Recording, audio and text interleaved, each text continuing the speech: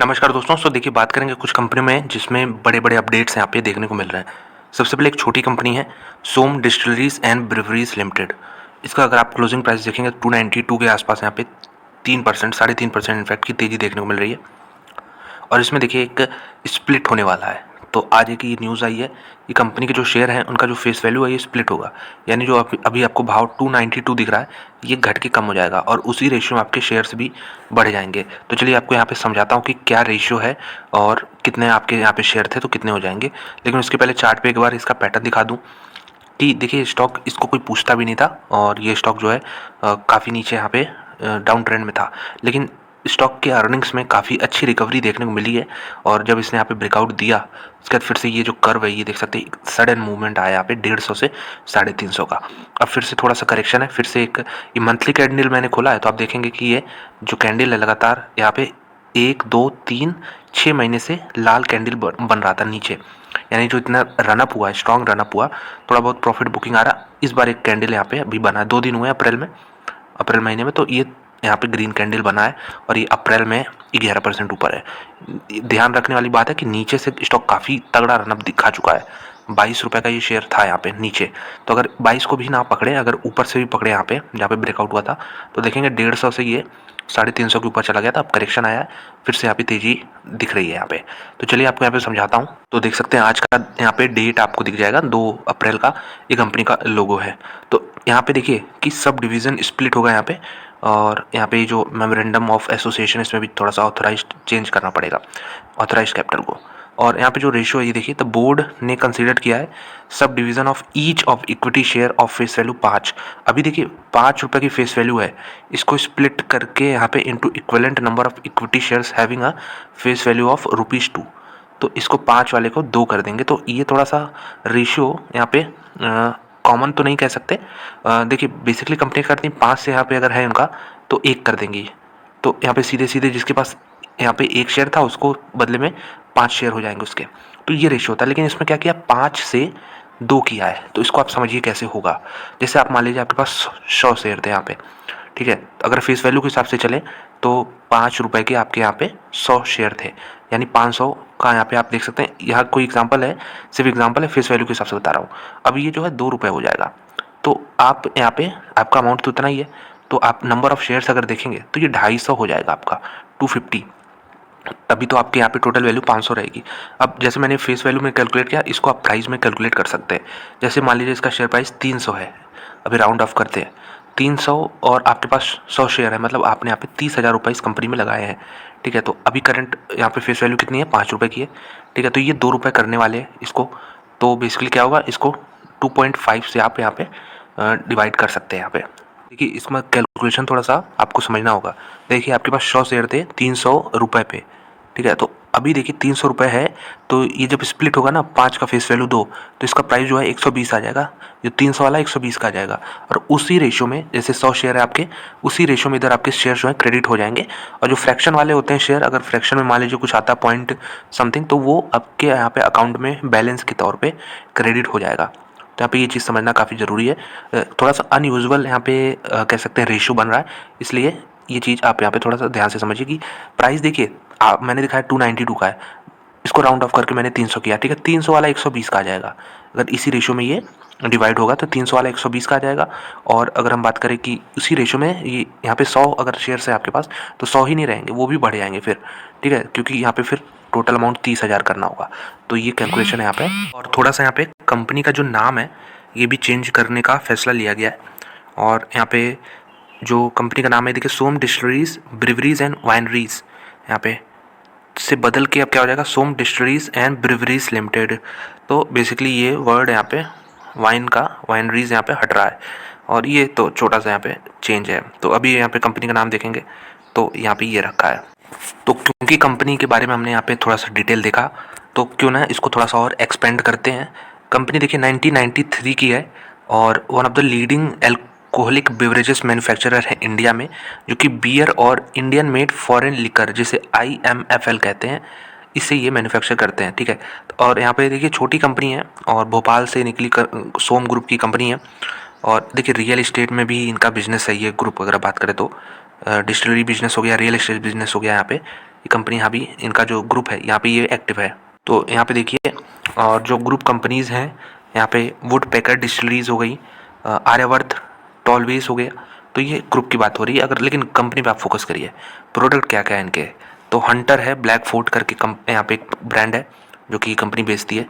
Power cool हो गया, would पैकर हो गया, और यहाँ पे नीचे और भी ब्रांड्स हैं, लेजेंड ब्रांड है इनका। और IMFL में देखिए ब्लैक फोर्ट है, सनी है, जिप्सी है और फॉक्स है। और देखिए विस्की अगर बात करें 46% मार्केट शेयर यहाँ पे कर्नाटका में है। तो जीनियस प्रेस्टीज विस्की यहाँ पे इतना इसने प्लस यहाँ पे लगेगा मार्केट शेयर कर्नाटका में गेन किया 3 महीने के अंदर। जब इसका लॉन्च किया गया इसका, तो 46% इसने मार्केट शेयर कर्नाटका में गेन किया है, क्योंकि एक बहुत ही ब्रांड का अप्रूवल यहाँ पे बताता है कि ब्रांड कर्नाटका के लोगों के बीच में कितना तेज़ी से पॉपुलर हुआ है। रेवेन्यू देखिए बियर से ही आता है, 91% है। और मैन्युफैक्चरिंग की बात करेंगे तो कंपनी के 5 यहाँ पे प्लांट्स हैं, मध्य प्रदेश, छत्तीसगढ़, कर्नाटक और उड़ीसा में। और टोटल कैपेसिटी अगर बात करें तो बियर का यहाँ पे 3 करोड़ केसेस यहाँ पे पर ईयर एक साल में, और IMFL का यहाँ पे 40 लाख है। बॉटलिंग कैपेसिटी यहाँ पे है 96, यहाँ पे कह सकते हैं 96 लाख केसेस पर एनम, और ब्लेंडिंग है यहाँ पे 8 lakh cases per annum. Expansion का प्लान बहुत ज़रूरी है कंपनी के लिए, और इसी के दम पे स्टॉक भी भाग रहा है। ऑपरेशन जून 2023 में चालू हो गया था यहाँ पे। उड़ीसा वाला प्लांट जो है, कैपेक्स इसमें 35 करोड़ का लगा था। कार्लसबर्ग जो कि बहुत पॉपुलर कंपनी है, बड़ी कंपनी है यूरोप की, इनके साथ अब उड़ीसा में प्रोडक्शन स्टार्ट किया कंपनी ने Q1 FY24। तो ये मतलब पिछले साल की बात हो रही है, अप्रैल में। और कॉन्ट्रैक्ट विथ रेडको के साथ भी इन्होंने कॉन्ट्रैक्ट किया है।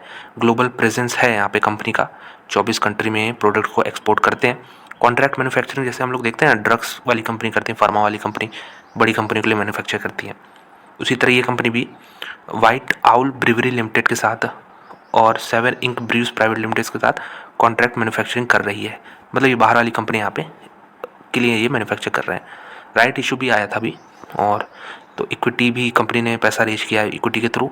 तो ये तो यहाँ पे कंपनी के बारे में एक बार थोड़ा सा मैं आपको यहाँ पे दिखाता हूँ कि इसका जो मार्केट कैप है, पी रेशियो है कितना है।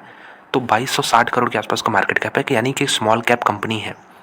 बुक वैल्यू देखेंगे तो 66 पॉइंट यहाँ पे 5 है। तो हम कह सकते हैं कि अप्रॉक्सीमेटली यहाँ पे 5 टाइम्स ने 4.8, 4.7, 4.8 टाइम्स पे ट्रेड कर रहा है। फेस वैल्यू 5 है जैसा मैंने बताया, ये घट के अब यहाँ पे स्प्लिट होकर यहाँ पे 2 हो जाएगा। और रिटर्न रेशियोज इंप्रूव हुए हैं। ये मैं पहले देखता था तो बहुत नीचे थे, अब क्योंकि कंपनी प्रॉफिट बढ़े हैं तो यहाँ पे ये सब फिगर भी इंप्रूव हो गए।